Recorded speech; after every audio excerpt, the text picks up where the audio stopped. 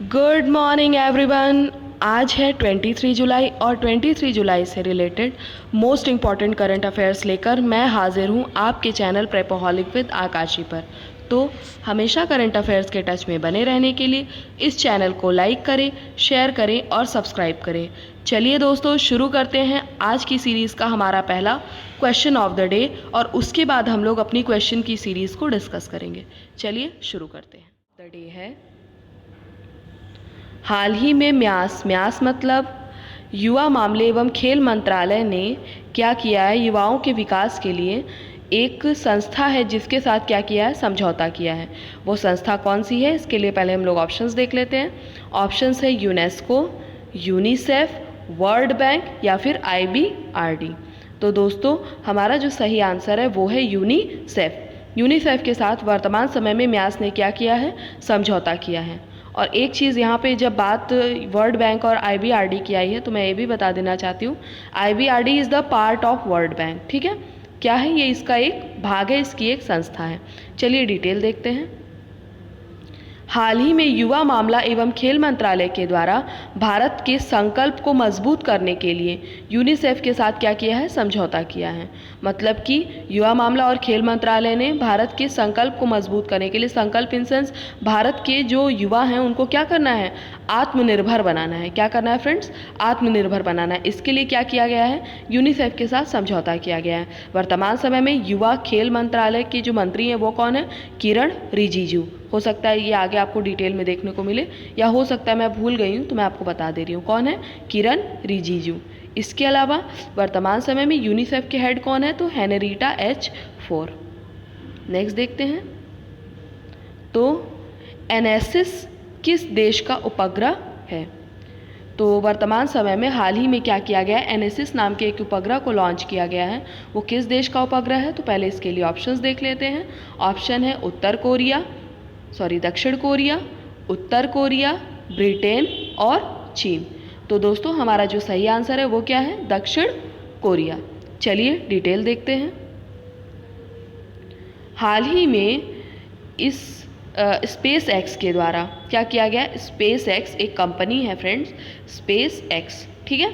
इसके द्वारा क्या किया गया, दक्षिण कोरिया के प्रथम सैन्य उपग्रह NSS-2 को क्या किया गया, लॉन्च किया गया है। इस उपग्रह को फाल्कन रॉकेट के द्वारा, मतलब कि ये उपग्रह लॉन्च तो किया गया लेकिन किसके द्वारा, कौन से रॉकेट के द्वारा, तो फाल्कन रॉकेट के द्वारा इसे लॉन्च किया गया। और ये क्या है, भू स्थिर अंतरण कक्षा में स्थापित किया जाएगा। मतलब कि ये स्पेस में जाकर कहाँ पर, भू स्थिर ज़मीन के स्थिर कक्षा में क्या हो जाएगा, स्थानांतरित हो जाएगा।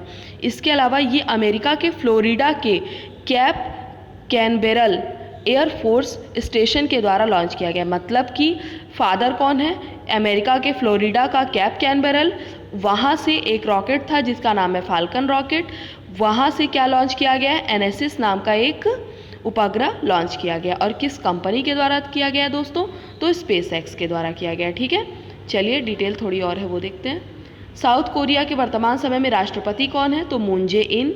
इसके अलावा इसकी राजधानी है सियोल, इसकी जो मुद्रा है वो कोरियाई जोन। और स्पेस एक्स हम जानते ही हैं स्पेस एक्स के बारे में, इसके MD और CEO कौन है, तो एलॉन मस्क। इसके अलावा इसकी स्थापना कब की गई थी दोस्तों, 2002 में कैलिफोर्निया USA में। ठीक है, नेक्स्ट देखते हैं। ओला कॉरपोरेट के द्वारा ओला के व्यापार को किन किन देशों में बढ़ाया जाएगा, तो वो देश कौन कौन से हैं, एज यू कैन सी कि हमारे जो ऑस्ट्रेलिया, न्यूजीलैंड और ब्रिटेन। और यहाँ पर जो चौथा ऑप्शन है वो क्या है, उपरोक्त तीनों। मतलब कि हमारे ये जो तीनों ही ऑप्शन है ये क्या है, सही, मतलब उपरोक्त तीनों इज द करेक्ट आंसर। ठीक है, डिटेल देखते हैं। हाल ही में ओला कॉरपोरेट नामक सुविधा की शुरुआत ओला ने वैश्विक ग्राहकों को बढ़ावा देने के लिए एवं ग्राहकों की सुविधा को कॉरपोरेट स्तर पर प्रदान करने के लिए किया है। मतलब वर्तमान समय में ओला जो कंपनी है, जो कि इंडियन कंपनी है, ये क्या करी, अपने व्यापार को बढ़ावा देने के लिए इसने कॉरपोरेट नामक योजना शुरू की है। यह योजना जो है वो कहाँ कहाँ चलाई जाएगी, तो ऑस्ट्रेलिया, न्यूजीलैंड एवं ब्रिटेन में। ठीक, इसके अलावा ओला की CEO कौन है, तो भावना अग्रवाल, और इसका मुख्यालय बेंगलुरु। ठीक, नेक्स्ट देखते हैं। हाल ही में उपभोक्ता संरक्षण अधिनियम 2019 प्रारंभ किया गया है? वर्तमान समय में उपभोक्ता मंत्री कौन हैं? तो दोस्तों उपभोक्ता मंत्री कौन है, इसके लिए पहले हम लोग ऑप्शंस देखते हैं। नितिन जयराम गडकरी, रमेश पोखरियाल निशंक, रामविलास पासवान या फिर अमित शाह। तो हमारा जो सही आंसर है दोस्तों वो क्या है? रामविलास पासवान। ठीक, चलिए डिटेल देखते हैं। हाल ही में उपभोक्ता संरक्षण अधिनियम 1986 को बदलकर क्या कर दिया गया है? 2019 कर दिया गया है। यह अधिनियम उपभोक्ताओं की सुविधा के लिए और उनकी शिकायतों को दूर करने के लिए, मतलब उनके समाधान करने के लिए क्या किया गया है? इसके अंतर्गत क्या खोला गया है? तो केंद्रीय उपभोक्ता संरक्षण प्राधिकरण की भी स्थापना इसी उपभोक्ता अधिनियम के अंतर्गत की गई है। अब बात उपभोक्ताओं की हुई है, तो वर्तमान समय में उपभोक्ता मामला मंत्री कौन है? तो कौन है वो? रामविलास पासवान। और अब आप लोग मुझे कमेंट में बताएंगे कि विश्व उपभोक्ता दिवस कब मनाया जाता है। ठीक है, चलिए नेक्स्ट देखते हैं। भारत में वर्तमान समय में किस देश के साथ आपातकालीन चिकित्सा समझौता किया गया है? तो भारत के द्वारा जिस देश के साथ आपातकालीन चिकित्सा समझौता किया गया है वो देश है मालदीव। मालदीव के साथ क्या किया गया है? चिकित्सा समझौता किया गया है। चलिए डिटेल देखते हैं। हाल ही में भारत में आपातकालीन चिकित्सा समझौता किया गया है किसके साथ? मालदीव के साथ। जैसा कि हम लोग देख सकते हैं वर्तमान समय में कोविड-19 एक चिकित्सा संबंधी मतलब ही विकार हो चुका है, जिसको भी दूर करने के लिए ये समझौता किया जा सकता है। इसकी राजधानी क्या है? तो माले, और यहाँ के प्रधानमंत्री इब्राहिम मोहम्मद साले। नेक्स्ट देखते हैं। सैप का नया अध्यक्ष किसे नियुक्त किया गया है? सैप है क्या, इसके बारे में आगे देखेंगे। पहले इसके जो नए अध्यक्ष नियुक्त किए गए हैं उसके लिए ऑप्शंस देख लेते हैं। कुलदीप बाबा, राजदीप सिंह, करमवीर मेहरा या फिर माधव शेखर। फ्रेंड्स हमारा जो सही आंसर है वो क्या है? हमारा सही आंसर है कुलदीप बाबा। चलिए डिटेल देखते हैं। हाल ही में सैप इंडिया मतलब सिस्टम एप्लीकेशन प्रोडक्शन एवं डाटा प्रोसेसिंग, क्या क्या है? System application production data processing के नए अध्यक्ष कुलदीप बाबा को नियुक्त किया गया है। ये दीप सेन गुप्ता का क्या करेंगे? स्थान लेंगे। वर्तमान समय में सैप के सीईओ कौन है फ्रेंड्स? तो वो हैं क्रिश्चियन प्लेन।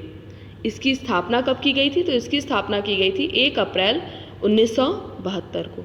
चलिए आगे देखते हैं। करूर के नए एमडी और सीईओ के रूप में किसे नियुक्त किया गया है? तो वर्तमान समय में करूर बैंक के नए एमडी और सीईओ कौन नियुक्त किए गए हैं? तो इसके लिए ऑप्शंस देखते हैं। दिलीप गुप्ता, दीप सेन गुप्ता, राम बाबू या रमेश बाबू। तो वो कौन है फ्रेंड्स? वो है रमेश बाबू। चलिए आगे डिटेल देख लेते हैं। करूर बैंक के एमडी और सीईओ के रूप में रमेश बाबू को नियुक्त किया गया। ये किसका स्थान लेंगे? ये पीआर शेषाद्री का स्थान ग्रहण करेंगे। वर्तमान समय में करूर वैश्य बैंक का मुख्यालय कहाँ है? कर्नाटक, बेंगलुरु। नेक्स्ट देखते हैं। पासेक्स नौसेना अभ्यास भारत ने किस देश के साथ किया है? इसके लिए पहले ऑप्शंस देख लेते हैं। अमेरिका, ब्रिटेन, जर्मनी या फिर जापान। वो देश कौन सा है जिसके साथ भारत ने पासेक्स नामक ये अभ्यास शुरू किया है? तो वो है अमेरिका। ठीक है, अमेरिका के साथ भारत ने नौसेना अभ्यास किया है। कहाँ पर? हिंद महासागर में। डिटेल देख लेते हैं एक बार। हाल ही में भारत ने अमेरिका के साथ हिंद महासागर में पासेक्स नामक नौसेना अभ्यास शुरू किया गया है। इस अभ्यास में INS Shivalik, INS Sheshadri, INS Kamorta एवं आईएनएस राणा को शामिल किया गया था। इसके अलावा और क्या देख सकते हैं हम? तो भारतीय नौसेना के प्रमुख कौन है? एडमिरल करमवीर सिंह। ठीक है, आज हम लोगों ने तीनों के बारे में डिस्कस किया है, मतलब जल सेना, थल सेना और वायुसेना। तो आगे देखते हैं। हाल ही में वायुसेना के कमांडरों का सम्मेलन हुआ है। वर्तमान समय में वायुसेना के एयर चीफ मार्शल कौन है? तो इसके लिए पहले हम लोग ऑप्शंस देख लेते हैं। फ्रेंड्स हमारे यहाँ पर ये जो 4 ऑप्शंस हैं इसमें से 3 तो मोस्ट इम्पॉर्टेंट हैं। ठीक है, चलिए हम लोग यहीं पर देख लेते हैं कौन क्या है।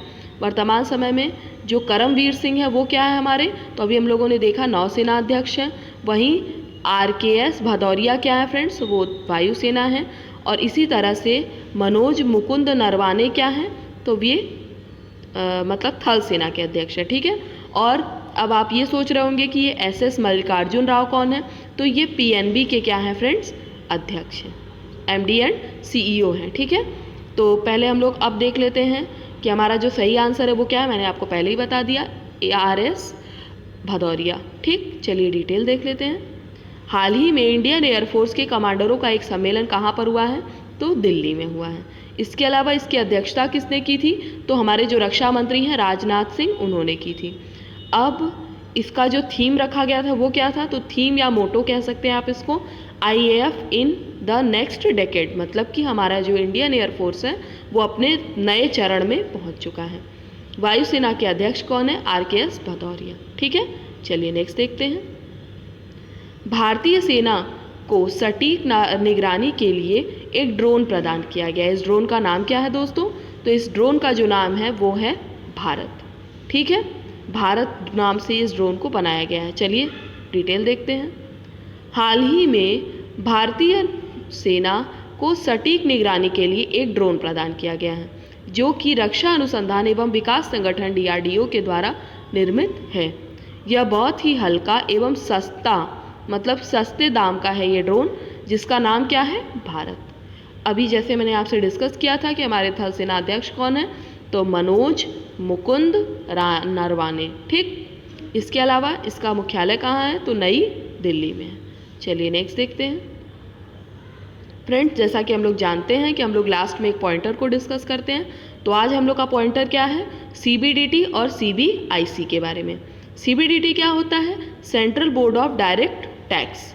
ठीक है, वर्तमान समय में CBDT ने किसके साथ, CBIC मतलब इनडायरेक्ट टैक्स के बोर्ड के साथ क्या किया है, डेटा को आदान प्रदान करने के लिए समझौता किया है।